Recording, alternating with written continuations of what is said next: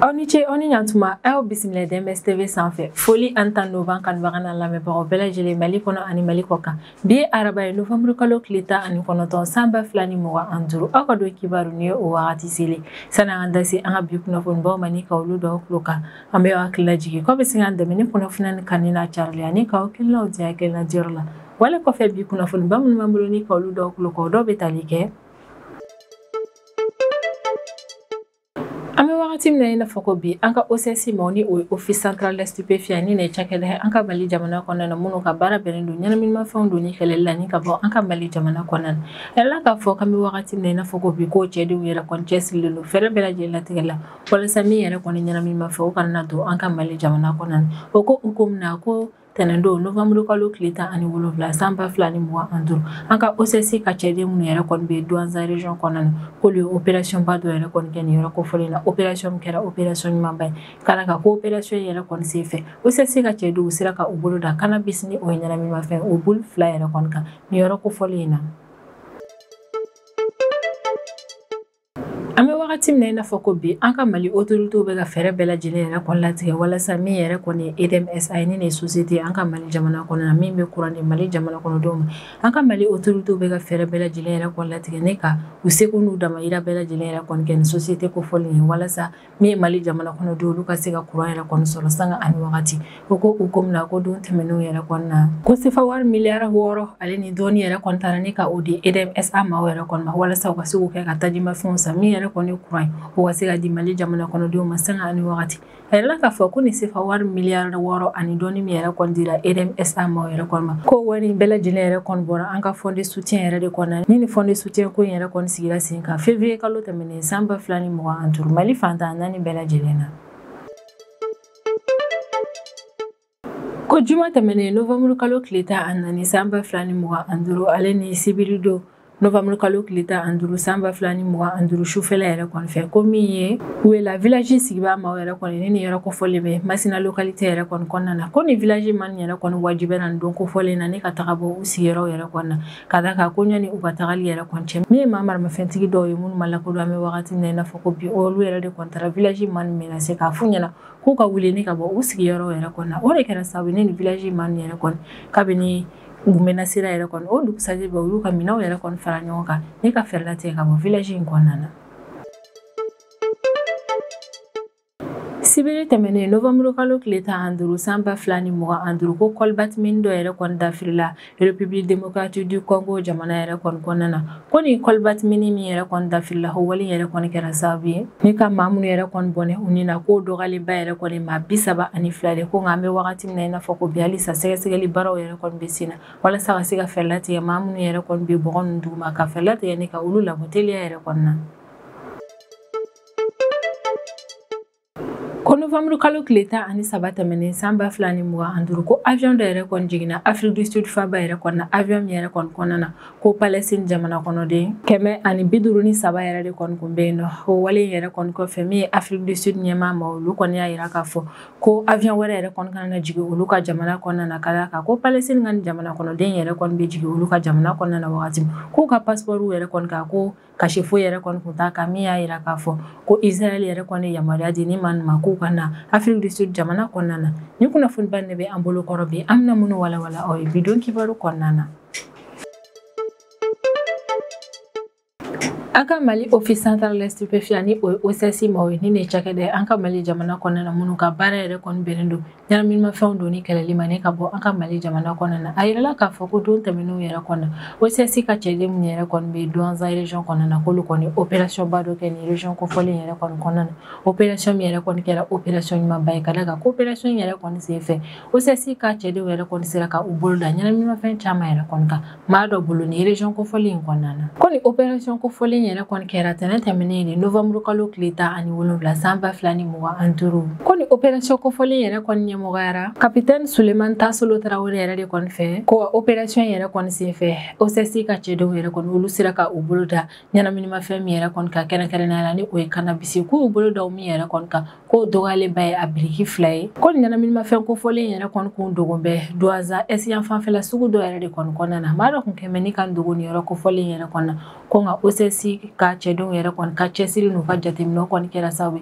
n'u ye wolomali yɛrɛ kɔni kɛ fo ka t'u bolo da ni fɛn kuntan in yɛrɛ kɔni kan ni sugu in kɔnɔna na. Ko ni OCS ka cɛdenw yɛrɛ kɔni ka wuli ni ka taa ni opération ba in yɛrɛ kɔni kɛ o y'a sɔrɔ o ye renseignement dɔ yɛrɛ de kɔni sɔrɔ source kɛrɛnkɛrɛnnen dɔ yɛrɛ kɔni yɔrɔ la. O source min yɛrɛ kɔni ye kunnafoniya di OCS maaw yɛrɛ kɔni ma. O source in kun y'a yira k'a fɔ ko sira min bɛ Kona Korianze Bode ale ni Douentza yɛrɛ kɔni ɲɔgɔn cɛ la ko maa dɔ yɛrɛ kɔni bɛ yen nɔ ale ka baara bɛnnen don ɲɛnaminimafɛnw yɛrɛ de kɔni feereli ma ni sira kofɔlen ninnu kan. Kabini OCS maaw yɛrɛ kɔni ye ni renseignement in sɔrɔ ni ka bɔ u ka source kɛrɛnkɛrɛnnen yɛrɛ kɔni yɔrɔ la u m'a ko bila da kelen da la bilen. U ye fɛɛrɛ bɛɛ lajɛlen latigɛ n'u k'u ka équipe ba dɔ yɛrɛ kɔni wuli walasa équipe yɛrɛ kɔni ka se ka taa ni opération yɛrɛ kɔni kɛ. Opération min yɛrɛ kɔni kɔnɔna na u ye fɛɛrɛ bɛɛ lajɛlen latigɛ walasa maa min yɛrɛ kɔni ka baara bɛnnen don ni ɲɛnaminimafɛn ninnu feereli ma ka se ka u bolo da o maa kofɔlen kan. Kan bɛ wagati min na i n'a fɔ ko bi OCS cɛdenw yɛrɛ kɔni y'u bolo da ni ɲɛnaminimafɛn min yɛrɛ kɔni kan ko o ɲɛnaminimafɛn yɛrɛ kɔni bɛ u bolo ni wagati in na ko wa sɛgɛsɛgɛli baaraw yɛrɛ kɔni bɛ sen na walasa ka se ka fɛɛrɛ yɛrɛ kɔni latigɛ ni nin ko in yɛrɛ kɔni ye réseau ye ka réseau in cɛ walima n'a y'a sɔrɔ ni complice wɛrɛ yɛrɛ kɔni tun bɛ nin maa kofɔlen na a ka wale jugu in kɔnɔna na ka fɛɛrɛ bɛɛ lajɛlen yɛrɛ kɔni latigɛ ni ka u bolo da maa kofɔlen ni a ka complice yɛrɛ kɔni kan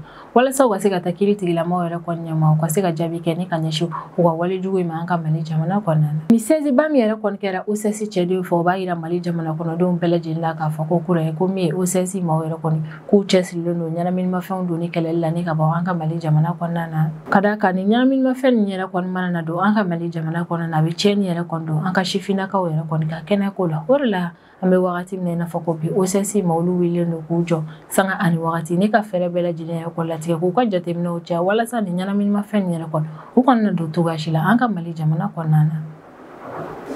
An bɛ wagati min na i n'a fɔ ko bi min ye an ka Mali autorité olu bɛ ka fɛɛrɛ bɛɛ lajɛlen yɛrɛ kɔni latigɛ walasa ka se ka EDMSA yɛrɛ kɔni dɛmɛ kosɛbɛ cogo min Mali jamana kɔnɔdenw bɛ se ka courant yɛrɛ kɔni sɔrɔ sanga ani wagati jamana fantan a naani bɛɛ lajɛlen yɛrɛ kɔnɔ. O ko hukumu na a yirala k'a fɔ ko min yɛrɛ kɔni ye fond de soutien ni o ye fond dɔ yɛrɛ kɔni min sigira sen kan février kalo tɛmɛnen fond de soutien min yɛrɛ kɔni sigira sen kan walasa ka se ka fɛɛrɛ latigɛ ka a wariw yɛrɛ kɔni bɔ k'a don jamana ka ɲɛtaga musakaw ale ni courant ko yɛrɛ kɔni a yirala k'a fɔ ko EDMSA maaw yɛrɛ kɔni garisigɛra CFA wari miliyari 6 ale ni dɔɔni yɛrɛ kɔni na ne ka bɔ ni fond de soutien yɛrɛ kɔni na. Ko don tɛmɛnenw yɛrɛ kɔni na cérémonie dɔ kɛra an ka Mali sɔrɔ ko ministère yɛrɛ kɔni na cérémonie min yɛrɛ kɔni kɛyɔrɔ la CFA wari miliyari 4 ale ni dɔɔni yɛrɛ kɔni dira EDMSA maaw yɛrɛ kɔni ma walasa u ka se ka tajimafɛnw yɛrɛ kɔni san wali min bɛ kɛ sababu ye ni Mali jamana kɔnɔdenw bɛ se ka courant sɔrɔ sanga ani wagati. Yani ni CFA wari miliyari 6 in yɛrɛ kɔni ka di EDMSA maaw yɛrɛ kɔni ma o y'a sɔrɔ wagati tɛmɛnenw yɛrɛ kɔni na CFA wari miliyari 24 o kɔni taara ni ka o di EDMSA maaw yɛrɛ kɔni ma walasa u ka se ka u yɛrɛ dɛmɛ kosɛbɛ min ye courant ko yɛrɛ kɔni Mali jamana kɔnɔdenw ka se ka o sɔrɔ sanga ani wagati. Ni wari min yɛrɛ kɔni taara ni k'a di EDMSA maaw yɛrɛ kɔni ma a yirala k'a fɔ ko wari in yɛrɛ kɔni bɔra an ka fond de soutien yɛrɛ de kɔni na min sigira sen kan février kalo tɛmɛnen san 2025 an ka Mali fantan a naani bɛɛ lajɛlen na. A yirala k'a fɔ ko kabini ni fond de soutien yɛrɛ kɔni sigira sen kan ko fond de soutien yɛrɛ kɔni kɔnɔna na wari min yɛrɛ kɔni sera ka sɔrɔ o ka ca ni CFA wari miliyari 89 ye. Ko ni wari min yɛrɛ kɔni sɔrɔla a tila bɛɛ yɛrɛ kɔni bɔra crédit ale ni wariciw yɛrɛ de kɔnɔna an ka Mali jamana kɔnɔna na wali min yɛrɛ kɔni fɛnɛ kɛra sababu ye ni Mali jamana kɔnɔden bɛɛ lajɛlen y'a faamu k'a fɔ ko min ye Mali jamana kɔnɔden olu fɛnɛ cɛsirilen don kosɛbɛ k'u seko n'u damayira yɛrɛ kɔni kɛ faso jɔli baaraw la. Fond de soutien in comité de pilotage maaw yɛrɛ kɔni ka session filanan yɛrɛ kɔni na comité maa min yɛrɛ kɔni kun ye yamaruya yɛrɛ kɔni di ko ka CFA wari miliyari 56 ni dɔɔni yɛrɛ de kɔni bɔ wari in na o CFA wari miliyari 56 min yɛrɛ kɔni bɔra a yirala k'a fɔ ko kilancɛ bɛɛ kɛrɛnkɛrɛnnenya la CFA wari miliyari 50 ko bɛɛ lajɛlen yɛrɛ kɔni taara ni ka u di ministère de la sécurité et la défense maaw yɛrɛ kɔni ma walasa u ka se ka fɛɛrɛ yɛrɛ kɔni latigɛ ni ka dɔ fara u ka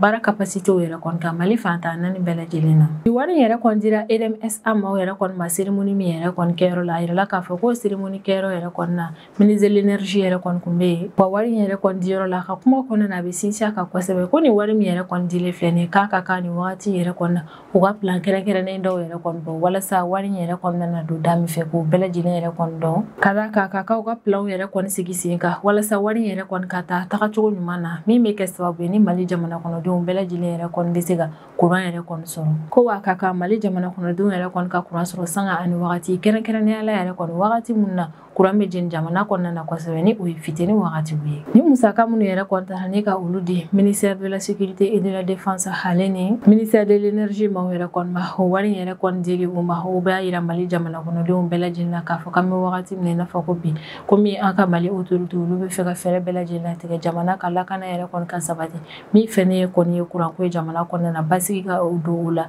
jamana fantan a naani bɛɛ lajɛlen na jamana kɔnɔdenw ka se ka kuran yɛrɛ kɔni sɔrɔ maa caman kɔni y'a yira k'a fɔ ko bɛɛ lajɛlen jigi dalen don a kan k'a fɔ ko ni musaka min yɛrɛ kɔni talen filɛ ni ka di ERM ma yɛrɛ kɔni ma ko bɛna kɛ sababu ni jamana kɔnɔdenw yɛrɛ kɔni bɛ se ka kuran sɔrɔ wagati kuntagalajanw yɛrɛ kɔni na tile kurukara kɔnɔna na ko jumadon novembre kalo tile 14 san 2025 ale ni sibiri tɛmɛnen novembre kalo tile 15 san 2025 sufɛla yɛrɛ kɔni fɛ ko Masina mara kɔnɔna na village dɔ bɛ yen ni o tɔgɔ ye Wela ye ko nin don kofɔlen yɛrɛ kɔnɔna ni village sigibaa maaw yɛrɛ kɔni bɛɛ lajɛlen yɛrɛ kɔni bolila ni ka bɔ u sigiyɔrɔw la sere caman yɛrɛ kɔni ka kɔrɔfɔ la ko denbaya caman yɛrɛ kɔni donna Matomo ale ni Sayi localité yɛrɛ kɔnɔna ni u ka minɛnw ale ni u ka bagan yɛrɛ kɔni ko o man yɛrɛ kɔni bɛɛ lajɛlen bolila ni ka bɔ Wela village yɛrɛ de kɔni kɔnɔna na ka taga k'u ka so ale n'u ka minɛnw bɛɛ lajɛlen to kɔ village man yɛrɛ kɔni ka kɔrɔfɔ la ko ɲani olu k'u ka minɛnw yɛrɛ kɔni cɛ o y'a sɔrɔ cɛ marimafɛntigi dɔw minnu ma lakodɔn an bɛ wagati min na i n'a fɔ ko bi k'olu yɛrɛ de kɔni taara olu menacé k'a yir'u la k'a fɔ k'u ka fɛɛrɛ bɛɛ lajɛlen latigɛ ni ka wuli ka bɔ village in kɔnɔna na ko o maa marimafɛntigi ninnu n'u ma lakodɔn an bɛ wagati min na i n'a fɔ ko bi ko minnu yɛrɛ kɔni taara Wela sigibaa maaw gɛn ni ka bɔ u ka village yɛrɛ kɔni kɔnɔna na ko maa marimafɛntigi nin yɛrɛ kɔni ka kɔrɔfɔ la ko Wela sigibaa maaw ko jɛɲɔgɔn yɛrɛ kɔni bɛ olu ni dugu wɛrɛw ni ɲɔgɔn cɛ la kɛrɛnkɛrɛnnenya la dugu minnu yɛrɛ kɔni ma sɔn ni ka bɛnkan sɛbɛn tɛmɛ u ni banbaciwale maaw ni ɲɔgɔn cɛ la ko jɛɲɔgɔn bɛ olu ni u ni ɲɔgɔn cɛ la ko wa ko jɛɲɔgɔn bɛ Wela sigibaa maaw ni an ka Mali autorité yɛrɛ kɔni ɲɔgɔn cɛ la o de la cɛ marimafɛntigi nin yɛrɛ kɔni u taara ni ka maa ninnu bɛɛ lajɛlen gɛn ka bɔ u sigiyɔrɔ la mɛ wagati min na i n'a fɔ ko bi nin wale yɛrɛ kɔni kɔfɛ Wela sigibaa maaw y'a yira k'a fɔ k'u bɛ laɲini min kɛ an ka Mali autorité fɛ o de an ka Mali autorité ka fɛɛrɛ bɛɛ lajɛlen yɛrɛ kɔni latigɛ ni ka taga olu ka village yɛrɛ kɔni kɔnɔna na ka lakana sabati nin yɔrɔ kofɔlen na ka d'a kan k'an bɛ wagati min na i n'a fɔ ko bi k'olu sirannen don kosɛbɛ ni ka segin u sigiyɔrɔw la ko yɛrɛ de kɔni na olu bolila ni ka taa u kɛrɛfɛ dugu la u n'u ka minɛn ni u ka baganw ko nka olu ka so ale ni u ka minɛnw k'u y'a bɛɛ lajɛlen to u kɔ ko yɛrɛ de kɔni na u bɛ dɛmɛ ɲini an ka Mali autorité fɛ autorité ka fɛɛrɛ bɛɛ lajɛlen latigɛ ni ka taa olu ka dugu lakana sabati cogo min olu bɛ se ka segin ka na u sigiyɔrɔ la ko kura ka sɔrɔ baasi foyi yɛrɛ kɔni ma u sɔrɔ sisan an bɛ tɛmɛ an ka jamana kɔfɛ kibaruyaw ye o kɔnɔna na an bɛ taa République démocratique du Congo jamana kɔnɔna na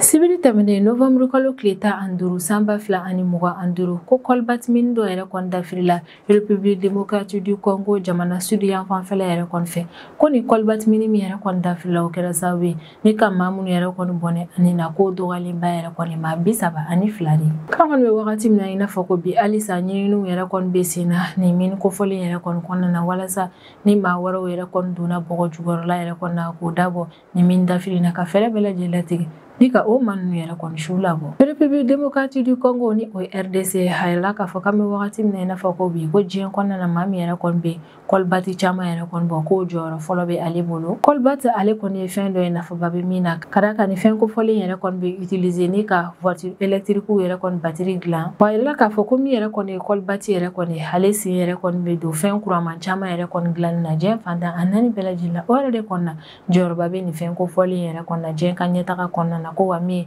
ye République démocratique du Congo jamanaw ye ko olu yɛrɛ kɔni bɛ nin fɛn kofɔlen caman yɛrɛ de kɔni bɔ f'a jɔyɔrɔ fɔlɔ yɛrɛ kɔni bɛ u bolo diɲɛ kɔnɔna na ko nka ni kɔlibati min yɛrɛ kɔni bɛ République démocratique du Congo jamana yɛrɛ kɔni kɔnɔna na k'a kilancɛ bɛɛ yɛrɛ kɔni bɛ bɔ jamana kɔnɔdenw yɛrɛ de kɔni fɛ minnu bɛ u dogo k'a bɔ ka d'a kan u bɛ k'a kɛ tilenbaliya de kɔnɔna na ko République démocratique du Congo jamana yɛrɛ kɔni kɔnɔna na maa minnu bɛ taa kɔlibati nin yɛrɛ kɔni bɔ tilenbaliya kɔnɔna na a miniw yɛrɛ kɔnɔna na ko maa nin yɛrɛ kɔni ka ca ni maa 200 yɛrɛ kɔni ko wa u bɛ t'u ka nin baara nin yɛrɛ kɔni kɛ mini minnu yɛrɛ kɔni kɔnɔna na mini ɲɛnɛmaw yɛrɛ kɔni tɛ ka d'a kan sɛgɛsɛgɛli baara tɛ yen nɔ wa a yirala k'a fɔ ko lakanabaliya o kɔni bɛ nin mini kofɔlen nin kɔnɔna na nka o n'a taw ta maa nin yɛrɛ kɔni bɛ taa u ka baara nin yɛrɛ kɔni kɛ nin yɔrɔ kofɔlen in na ko kɔlibati mini dafiri in yɛrɛ kɔni kɛra kalando mini yɛrɛ de kɔnɔna na mini yɔrɔ kofɔlen bɛ Mulondo localité de kɔnɔna na ni o ye kɛrɛnkɛrɛnnenya la Kolwezi yɔrɔ yɛrɛ de kɔni ni nin yɔrɔ kofɔlen ye Lualaba province faaba yɛrɛ de kɔni ye République démocratique du Congo sud yan fanfɛla yɛrɛ kɔni fɛ RDC autorité locale yɛrɛ kɔni k'a kɔrɔfɔ la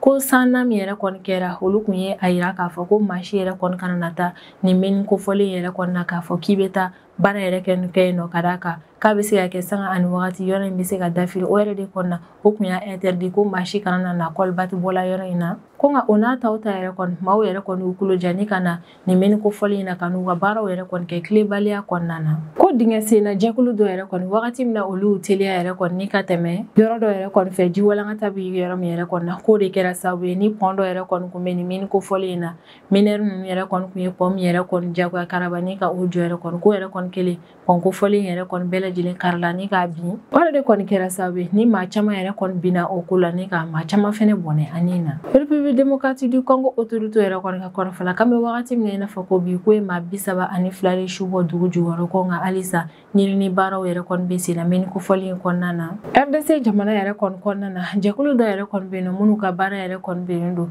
RDC mine artisanal yɛrɛ kɔni ko géreli baaraw yɛrɛ kɔnɔna na olu ye rapport dɔ yɛrɛ kɔni caya rapport min kɔnɔna na olu y'a yira k'a fɔ ko RDC finitigi minnu yɛrɛ kɔnɔna na mini yɛrɛ kɔnɔna na ko yɛrɛ de kɔni kɛra sababu ye ni maa minnu yɛrɛ kɔni kun bɛ tilenbaliya baara la mini kofɔli in kɔnɔna na ka olu jatigɛ kosɛbɛ ko maa minnu yɛrɛ kɔni kun bɛ tilenbaliya baara la nin yɔrɔ kofɔli in yɛrɛ kɔnɔna olu kelen ni ka RDC finitigilakaw yɛrɛ kɔni siti kofɔli in yɛrɛ kɔni kan u nana essayer k'u bɛ boli yɛrɛ kɔni u bɛɛ lajɛlen bolila k'a fɔ k'u bɛ taa u dogo yɔrɔ dɔ yɛrɛ kɔnɔna yɔrɔ min kun ka dɔgɔ ni ka u koronkoron ɲɔgɔn kan o de kɛra sababu ye ni ka dɔ fara maa jugutaw ale ni maa fagalenw yɛrɛ kɔni kan nin mini dafiri ko in na nin yɔrɔ in yɛrɛ kɔnɔna mini dafiri in k'a kɛra sababu ye ni ka maa minnu bɔnɛ u ni na ko dɔgɔyalen yɛrɛ kɔni maa 32 ko nka sɛgɛsɛgɛli baaraw yɛrɛ kɔni bɛ sen na halisa RDC autorité yɛrɛ kɔni fɛ walasa ka se ka fɛɛrɛ latigɛ maa minnu yɛrɛ kɔni bɛ bɔgɔ nin dugu ma ka olu yɛrɛ kɔni labɔ teliya yɛrɛ kɔni na RDC autorité kɔni y'a yira k'a fɔ k'u tɛna ko in yɛrɛ kɔni to ta halisa k'u bɛna sɛgɛsɛgɛli baaraw yɛrɛ kɔni kɛ nin ko hukumu kɔnɔna la ko wa u bɛna fɛɛrɛ bɛɛ lajɛlen yɛrɛ kɔni latigɛ ni ka maa nin yɛrɛ kɔni gɛn ka bɔ yɔrɔ in na walasa nin ɲɔgɔnna ko yɛrɛ kɔni kana na kɛ bilen RDC jamana kɔnɔna na don tɛmɛnenw yɛrɛ kɔnɔna ko avion dɔ yɛrɛ kɔni jiginna Afrique du Sud faaba yɛrɛ kɔnɔna avion min yɛrɛ kɔni kɔnɔna na palestinien caman yɛrɛ kɔni kun bɛ yen nɔ o wale yɛrɛ kɔni kɔfɛ Afrique du Sud ka ministre des affaires étrangères ale kɔni bɛ bɔ ni ka dénonceli kɛ k'a yira k'a fɔ k'an bɛ wagati min na i n'a fɔ ko bi ko Afrique du Sud autorité maaw bɛ ka bisiya k'a fɔ ko ni palestinien minnu yɛrɛ kɔni taara bila Afrique du Sud jamana kɔnɔna na k'u wajibiyara yɛrɛ de kɔni ni k'u jagoya minɛ ka n'u bila Afrique du Sud jamana kɔnɔna na Ronald Lamola ni ale de Afrique du Sud ka ministre des affaires étrangères ale k'a kɔrɔfɔ la k'an bɛ wagati min na i n'a fɔ ko bi ko avion min yɛrɛ kɔni jiginna Afrique du Sud jamana kɔnɔna na ni palestinien 153 ye ko Afrique du Sud gouvernement ma yɛrɛ kɔni bɛ ka bisiya k'a fɔ ko ni maa nin yɛrɛ kɔni ma na tilennenya kɔnɔna na Afrique du Sud jamana kɔnɔna na ko wa avion yɛrɛ kɔni nana lahalaya min kɔnɔna na Afrique du Sud yɛrɛ kɔni jamana kɔnɔna na k'olu yɛrɛ kɔni ma o ko dɔn ko yɛrɛ de kɔni an bɛ wagati min na i n'a fɔ ko bi ko Afrique du Sud maaw yɛrɛ kɔni sɛgɛsɛgɛli baara yɛrɛ kɔni daminɛ nin ko la fɔlɔ a yɛlɛ k'a fɔ ko novembre kalo tile 13 tɛmɛnen de san 2025 ko avion dɔ yɛrɛ kɔni jiginna Afrique du Sud faaba yɛrɛ kɔni na avion min yɛrɛ kɔni kun kɔnɔna na palestinien 153 yɛrɛ de kɔni kun bɛ ko ni palestinien 153 minnu yɛrɛ kɔni kun bɛ avion in kɔnɔna na k'u ka passeport yɛrɛ kɔni sanfɛ cachet foyi yɛrɛ kɔni kun tɛ yen nɔ cachet min yɛrɛ kɔni kun b'a yira k'a fɔ ko min ye Israël yɛrɛ kɔni k'ale ye yamaruya yɛrɛ kɔni di ni maa ma k'u ka bɔ nin yɔrɔ kofɔli in na ka na Afrique du Sud jamana kɔnɔna na Afrique du Sud ka polisi minnu yɛrɛ kɔni bɛ frontière la kabini pankurun yɛrɛ kɔni jiginna olu ma sɔn cogoya si la pankurun kɔnɔ maa nin yɛrɛ kɔni ka bɔ u ye palestinien nin yɛrɛ kɔni to avion kɔnɔna na fo heure 12 bɔyan kɔ ko yɛrɛ de kɔni kɔfɛ u sɔrɔla ka yamaruya yɛrɛ kɔni di palestinien nin yɛrɛ kɔni ma u ka se ka don Afrique du Sud jamana kɔnɔna na Ronald Lamola ni ale de Afrique du Sud ka ministre des affaires étrangères ale ka kɔrɔfɔ la k'an bɛ wagati min na i n'a fɔ ko bi k'olu tɛ fɛ maa si yɛrɛ kɔni ka pankuru ka se olu ka jamana kɔnɔna na fɔlɔ ka d'a kan k'olu ye palestinien nin yɛrɛ kɔni na ko ye cogo min na a bɛ n'a fɔ nin ye plan ba dɔ yɛrɛ de kɔni kɛlen maa dɔw yɛrɛ kɔni fɛ plan min yɛrɛ kɔni u bɛ fɛ ka palestinienw yɛrɛ kɔni wajibiya ni ka bɔ Gaza k'u gɛn ka bɔ Cisjordanie hali ni a kɛrɛfɛ yɔrɔ yɛrɛ kɔni na k'a bɛ n'a fɔ maa dɔ yɛrɛ de kɔni bɛ ka plan bɔ ni ka palestinienw yɛrɛ kɔni jagoya gɛn ka bɔ nin yɔrɔ ninnu na ko min do Afrique du Sud yɛrɛ kɔni ale furadama ale ma jɛni nin ye k'a fɔ ko ka palestinienw yɛrɛ kɔni gɛn ka bɔ Gaza Cisjordanie ale ni a kɛrɛfɛ yɔrɔ yɛrɛ kɔni na ko yɛrɛ de kɔni olu tɛ sɔn cogoya si la yɛrɛ kɔni palestinienw ka gɛn ka bɔ nin yɔrɔ kɔfɛlen na k'a fɔ k'u bɛ taa u fili Afrique du Sud jamana kɔnɔna na wa ministre des affaires étrangères yɛrɛ kɔni ka kɔrɔfɔ la k'olu bɛ ka min yɛrɛ kɔni bisikiya o de ye k'a fɔ ko maa min ye nin ko in yɛrɛ kɔni kɛ o maa yɛrɛ kɔni ka projet ye projet ba de ye wa a bɛ fɛ ka fɛɛrɛ yɛrɛ kɔni latigɛ ni ka palestinienw yɛrɛ kɔni jagoya wuli ka bɔ u sigiyɔrɔ la k'u bila ka taa diɲɛ fan caman yɛrɛ kɔnɔna wa novembre kalo tile 14 tɛmɛnen san 2025 anduru Afrique du Sud jamana ɲɛma ni o ye Cyril Ramaphosa ye ale kɔni y'a yira k'a fɔ ko ni avion min yɛrɛ kɔni jiginna Afrique du Sud jamana yɛrɛ kɔni kɔnɔna ni avion yɛrɛ kɔni nana dugu la ka d'a kan olu kun ti foyi yɛrɛ kɔni kalama nin ko in yɛrɛ kɔnɔna kan bɛ wagati min na i n'a fɔ ko bi ko avion yɛrɛ kɔni jiginna lahalaya minnu kɔnɔna na ale ni maa min yɛrɛ kɔni nana cogo min Afrique du Sud jamana kɔnɔna na ko Afrique du Sud autorité maaw bɛna sɛgɛsɛgɛli baara daminɛ walasa ka fɛɛrɛ bɛɛ lajɛlen tigɛ ka se ka o ko ninnu dɔn an bɛ wagati min na i n'a fɔ ko bi ni ne bɛ dan sigi an ka bidon kibaru la an b'an kanubaga n'a lamɛnbagaw bɛɛ lajɛlen fo Mali kɔnɔ ani Mali kɔ kan an bɛ hakilina jigin k'aw bɛ se k'an dɛmɛ ni kunnafoniya kan ni n'a carili ani ka hakilinaw di hakilina jɔyɔrɔ la wale kɔfɛ an b'a fɔ ɲɛna ko aw k'an bɛn a ɲɔgɔnna wɛrɛ ma